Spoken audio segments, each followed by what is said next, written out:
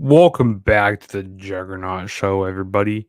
I'm your host, Juggernaut097, and today we're going to be doing my WWE Clash at the Castle 2022 review. So, before we get started with this review, I'm going to roll that intro. So, if you need to go grab a drink, go grab some snacks, go to the bathroom, do something real quick, go do that right now. I'll be back right here to review Clash at the Castle. So, see you guys in a few minutes.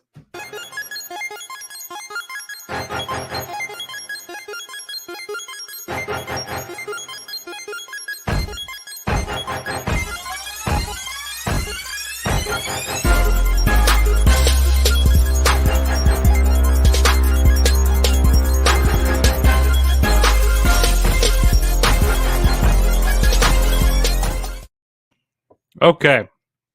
How's everybody doing today or this afternoon? Um, it was a long weekend. There was a lot of wrestling this past weekend. We had Clash at the Castle. On Sunday we had Worlds Collide, and then we had All Out. Which, looking back on the weekend, I definitely think this was the best show out of the main, you know, the main wrestling promotions. Yeah, WWE and AEW. This was the best show. It was short, sweet, and to the point. Like, they didn't have way too many matches on this show. There was like 6 matches on this show. It was pretty good. I mean, it, lasted 3 hours. It wasn't a long show like AEW was. There wasn't like 17 matches on this card. And also, I enjoyed the crowd for this show. They were in the UK. They were in Cardiff, Wales for this show. It's been 30 years since they did a big stadium show for WWE in the UK, so that's cool. But let's go ahead and get started with this review. Let's quit wasting time. So the first match that kicked off the show was we're not going to talk about the pre-show, even though there was a pre-show match. We're not going to talk about that. Yeah, but the first match that kicked off the show was Alexa Bliss, Asuka, and Bianca Belair going up against Bayley, Dakota Kai, and Io Sky. Which Bayley, Dakota Kai, and Io Sky, their team is called Damage Control. Which I didn't know that until they were doing their entrances for the show. So that's interesting there. So that's what their tag team is called, or their faction. I thought this was a decent opener. I mean, it was nothing like really too crazy about it. I mean, uh, right at the start of the gate, Bayley, she was in the ring and the whole crowd was chanting, "Hey!" But they were singing that song, that Bayley song. I want to know, will you be my girl? And they were saying, "Hey Bayley," what they did for, I think it was NXT Takeover London back in 2016. Yeah, I think it was back in 2016. So they were singing that song to Bayley. And she tagged out right away, being the heel that she is. She goes, nah, she doesn't need to fight them. So basically, Dakota Kai and Io Sky were doing a lot of work in this match for her, basically doing the dirty work for Bayley here. Like they were pulling the hair of, they're pulling the ponytail of Bianca Belair during this match. Asuka, she was doing some pretty decent stuff. I mean, all 6 women were pretty good in this match. I like the code breaker that Asuka hit during this match. That was nice. And like I said, mainly Dakota Kai and Io Sky were doing all the work for Bayley here. And it was like towards the end where I think it was Bayley. She was pulling on the ponytail of Bianca Belair, and then Dakota Kai did her running kick, and then Io Sky did the moonsault off the top rope, and then basically Bayley pinned Bianca Belair to get the win. So, it made sense to do this here because to have Bianca Belair take the pinfall because it sets up, maybe at Extreme Rules for Bayley and Bianca Belair, because I mean Bianca Belair, she needs a new challenger, so why not have Bayley be the challenger here? So yeah, but I thought this was, like I said, a really good match here, really good opener. fun, and the crowd was into it.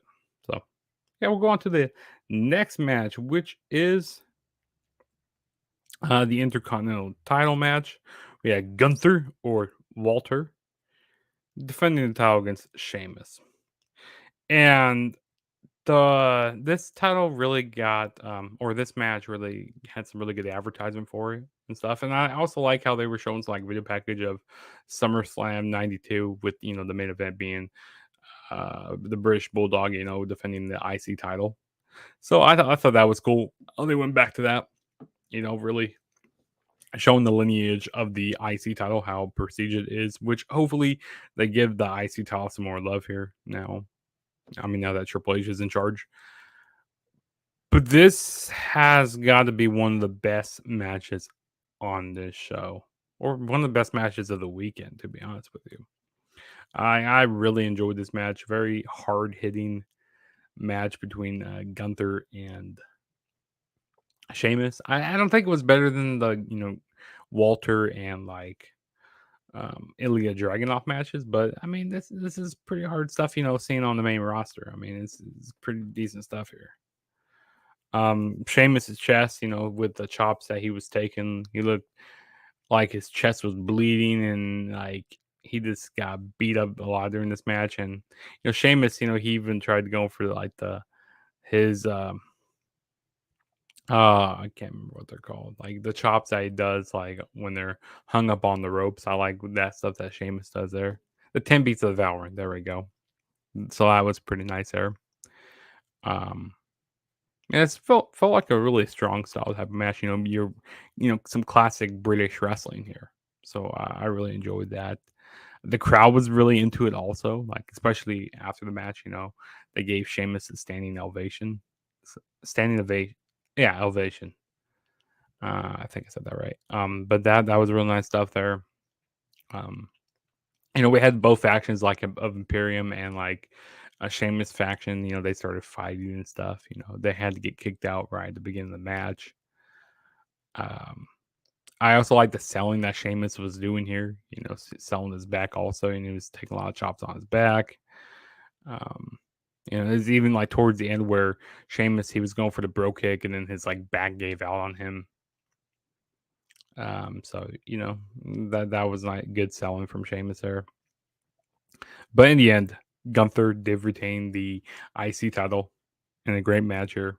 Like I said, it was probably one of the best matches of the weekend, and like one of one of the best hard hitting like type of matches that we saw on the main roster in a very long time. It's like one of the Brill matches I've seen in a very long time. So I enjoyed it though.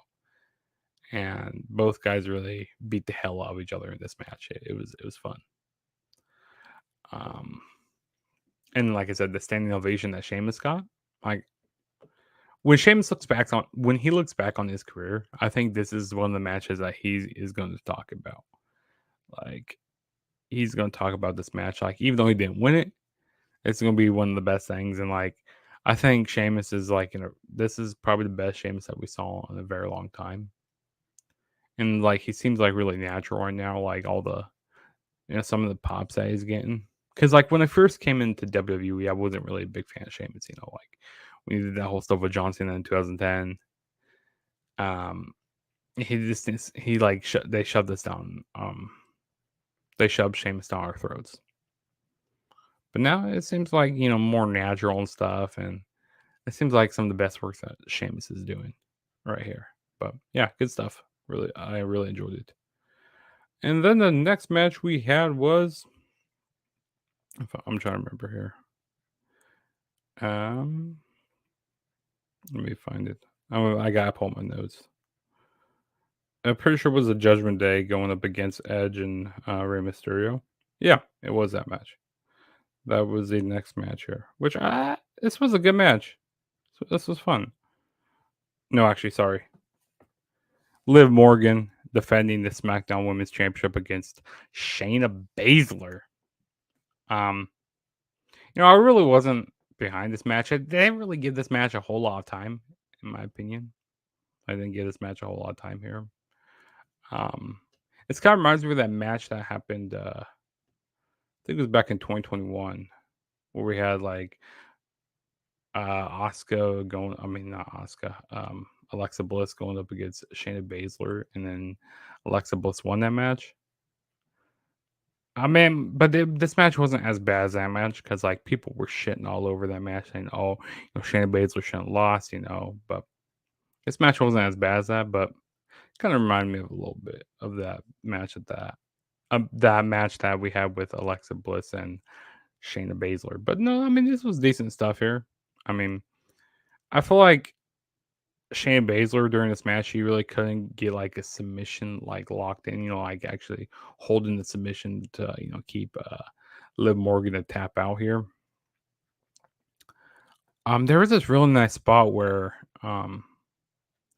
it was like a sunset flip or like like type of power bomb thing, and then um Shayna Baszler reversed it into like a or like she turned it into a Coquille clutch. That was pretty nice during the match. Um I mean, it was an okay match. I feel like the crowd was kind of like lukewarm to this match here. They didn't really care about much. Maybe it was like too American for them. I have no idea. Or maybe people really don't care about Liv Morgan as much because people have been turning their backs on Liv Morgan here, and people are saying, "Oh, maybe she's going to be doing the heel turn," which I don't really want to see her turn heel right now. I don't think that'd be a good move for her. Um, But I mean, in the end, Liv Morgan did end up retaining the SmackDown Women's Championship by hitting, I think, was it Oblivion? Like, the basically the flatliner, like the off the ropes. So Liv Morgan won the match, and I just wonder where Liv Morgan goes after this, because like, who else is there really to defend the title against on SmackDown right now? Like, I really can't think of anybody right now off the top of my head. Like, are they gonna do a rematch between Shayna and Liv at Extreme Rules? I have no idea. We'll have to wait and see. But I don't know where to go with this. Maybe is Charlotte coming back soon because she's probably gonna be inserted in the title picture if she's coming back soon. But yeah, I guess we'll see what happens though. But yeah, Liv Morgan did end up retaining, and then now we go on to the um, excuse me. Now we go on to the Rey Mysterio Edge going up against going up against a Judgment Day. This was interesting stuff in this match, and then especially the stuff that happened with Dominic after the match, which we'll talk about that here in a minute. Um, this was fun stuff here. I mean, Judgment Day basically tried, tried isolating Rey Mysterio a lot during this match. Um, I also like how Michael Cole was, talking, referring how Edge and Rey Mysterio, they've been SmackDown Tag Team Champions before, they've been Tag Team Champions back in 2002, during the SmackDown 6 era. So I thought that was nice how Michael Cole was talking about that. And even, during the match with Rey Mysterio and Edge, they were doing some nice tag team moves that they would do, back in the past, back in the day when they used to tag up. So that was cool. But it seems like a lot of this match was like Edge and Finn Balor and Finn Balor and who is he? My mind's going blank right now. And Damian Priest was working a lot on or isolating Rey Mysterio in this match. And also there was another funny part in this match where Edge tried going for a 619, which it looked really, really bad. It was terrible. Also Dominic played a huge role in this match. Like Rhea Ripley was trying to beat up Dominic a little bit, but then Mysterio did like a suicide dive onto Rhea Ripley on the outside of the ring. That was nice. Try to take out Rhea Ripley there. Yeah, I really love the ending sequence of this match where you had Rey Mysterio hit the 619 and then Edge hit the spear like right into a spear, so that was cool, and the crowd would really pop for that. So Edge and Rey Mysterio did end up winning this match, but then after the match, you had them celebrating in the ring, and then Dominic kicks Edge in the nuts. and then hits a vicious clothesline to his father, Rey Mysterio. So we had heel turn from Dominic Mysterio, which I think this is a good thing, but at the same time, I don't really understand. Why didn't they just have Judgment Day win the match? Maybe have Dominic Mysterio churn during the match. Maybe people were expecting that too much because people were like, "Oh yeah, he's just going to churn during the match here." So maybe people want to expect that after the match. I don't know. Maybe they were trying to swerve us more. But it is very interesting here, which I think this helps Dominic's character out more. With him turning heel, kind of branches away from his father a little bit. Maybe can find some different hidden things about his character and stuff. And you see that with Dominic, he's growing his kind of growing the mold out, trying to be like Eddie Guerrero. So we need to see the more vicious side of Dominic Mysterio here, bring out the Latino heat, bring in more of the lying, cheating, stealing, you know, just seeing what makes Dominic Mysterio tick, rather than just being, Ray's son, being in the shadow of his father, basically, which, so this is good for him to turn heel. That they needed to do that now and stuff, because if they waited too long, then like I said, he just would have been stuck in his father's shadow. But yeah, fun stuff, and it's gonna be interesting to see what happens next for like Mysterio and Judgment Day and Dominic Mysterio. It's gonna be interesting, and Dominic Mysterio, he's a part of the Judgment Day now, so that's cool. You got that more darker character wearing like a suit around, so I like it. It's interesting. And then the next match we had was we had Riddle, or Matt Riddle, going up against Seth Rollins. This was an awesome match. I really enjoyed this match. Even the promos leading up this match was great. Like the stuff that did that Raw was like, "Hey Riddle, you still there?" He goes, "Yeah, I'm still here." And then Riddle talking about his ex-wife and all of that, and like saying, "I wonder why your wife left you, because you're a bitch ass," and saying all this different stuff, and saying talking about his kids and all of that. So, man, good stuff. This feud was really personal, and I thought this match really delivered. They came out right out the gates, running at each other. They just didn't start off with like a collar elbow tie up, doing what they normally do in the match. No, this match was personal. Matt Riddle, he was pissed, and so you had some good, you had some good wrestling in this match. You had some good athleticism, and the storytelling was good here. Some nice high spots in this match. I can't name all the high spots that happened in this match, but there's some really good stuff in this match. And it looks like there was some times where the match was going to be like turned into a disqualification. Because Matt Riddle, there was one point where he brought in a chair. Looks like he was about to get disqualified, but he missed. And then Seth Rollins hit a curve stomp off the top rope, which that was nice. That's how the match ended. Ended by that. So the winner of the match was Seth Rollins here, which it looks like they'll probably have another match at Extreme Rules, probably maybe like an Extreme Rules, or maybe like a fight pit or something like that. I wouldn't mind seeing like a fight pit type of match at that show. But yeah, it was fun. Good stuff here. And then now we go on to the main event. I'm pretty sure we go on to the main event. Yeah, we go on to the undisputed WWE Universal title match. Roman Reigns was defending the title against Drew McIntyre. This was awesome stuff. This match got nearly like 30 minutes here. Some great stuff that was going on here. The beginning of the match was kind of slow. But like halfway through the match like really kicked up, when they were starting to hit their finishers on each other. They kicking out a lot of near falls in this match. A lot of near falls. Like, I thought when It was when like Solo Sikoa came out when Drew McIntyre hit the Claymore, and then I thought he was gonna win it there. Like, there's no way Roman. I mean, there's no way Drew McIntyre is losing. I'm losing this right here. He's gonna win. But then Solo Sikoa came out, pulled out the referee, and now Solo Sikoa is part of the Bloodline. Like I said, a lot of near falls in this match. We even had Drew McIntyre pull out. I think he pulled out a spear in this match. Yeah, he hit a spear in this match.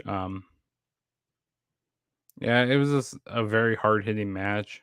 I mean, good stuff here. I mean, we even had Austin Theory come out. He tried cashing in the briefcase, but he failed. It was like a failed attempt at that. When the bell didn't even ring for him to able to cash in because Tyson Fury he basically knocked him out cold. So yeah, Austin Theory failed at that, which I don't think Austin Theory is going to be able to cash in until like after Roman loses the title.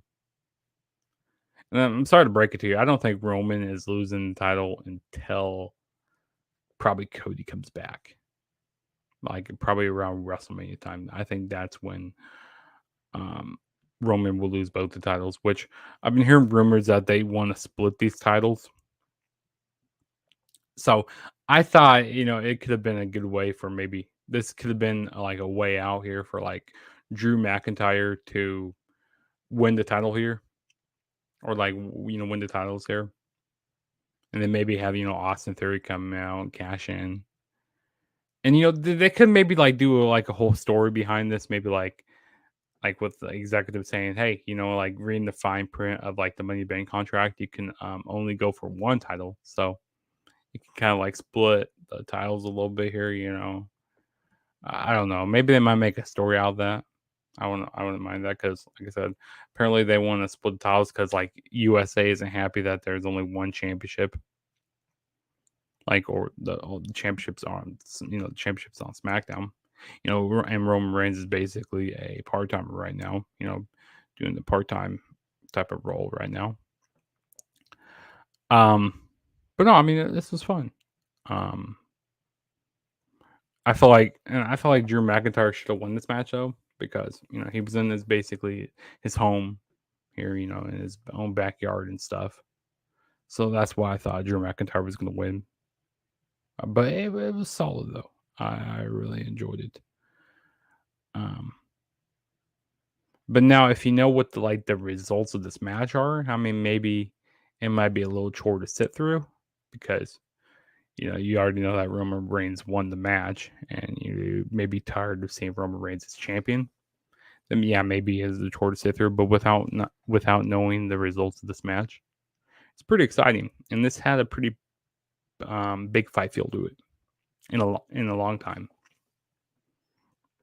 Like I thought, there was a lot of people saying that Roman Reigns could have been losing the title here, which I was one of them because in my predictions I said, hey, put the titles on Drew McIntyre. I thought it was time to do that.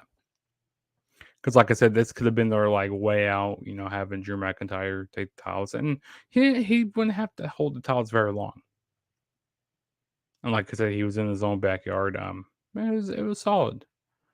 A lot of good stuff. It's like I said. I mean, the beginning of the match was slow, but other than that, the match was good. So yeah, that was my WWE Clash at the Castle 2022 review. Probably the best show of the year, best pay-per-view of the year, in my opinion. It was better than WrestleMania, better than SummerSlam. Yeah, I mean, this was the best show of the year. So yeah, some things I got coming up on my channel. I'm going to be doing my All Out 2022 review. Stay tuned for that. It's gonna be a long review. So yeah, so I'm going to be doing that here, and then I got I might do a Worlds Collide review. I haven't decided yet. I mean, there was so much stuff that happened this past week, with wrestling. So much stuff. Yeah, so I got I got an all-out review coming for you guys. Okay, so stay tuned for that. Also, if this is your first time ever checking out my channel, please hit that subscribe button. That really helped me out a lot. Also, hit the like button, turn on my notifications as well, and also go follow me on Twitter at the True JSB. Once again, is at the True JSB. You can see it right down there. And also go subscribe to the Instant Classic Wrestling Podcast, the only podcast that's always, and I mean always, an instant classic. I mean, and like I said, there was so much stuff that happened with wrestling this week, and I feel like some of it's like dampered a little bit because like with everything that happened with AEW, everything is like kind of outshadowed. Everything is outshadowed by like what happened with CM Punk and all that, which I'll talk about that in my AEW review because I'm gonna make that a pretty lengthy review here. I'll probably talk about that at the end of that review, so stay tuned for that. I might do that maybe tomorrow. So yeah, probably tomorrow I'll be doing my all-out review. Because if I tried to do all these reviews together, I'd be here for like a couple hours reviewing. Because that was a long ass show, which, like I said, we'll talk about that. But this is your boy Juggernaut saying peace out, and I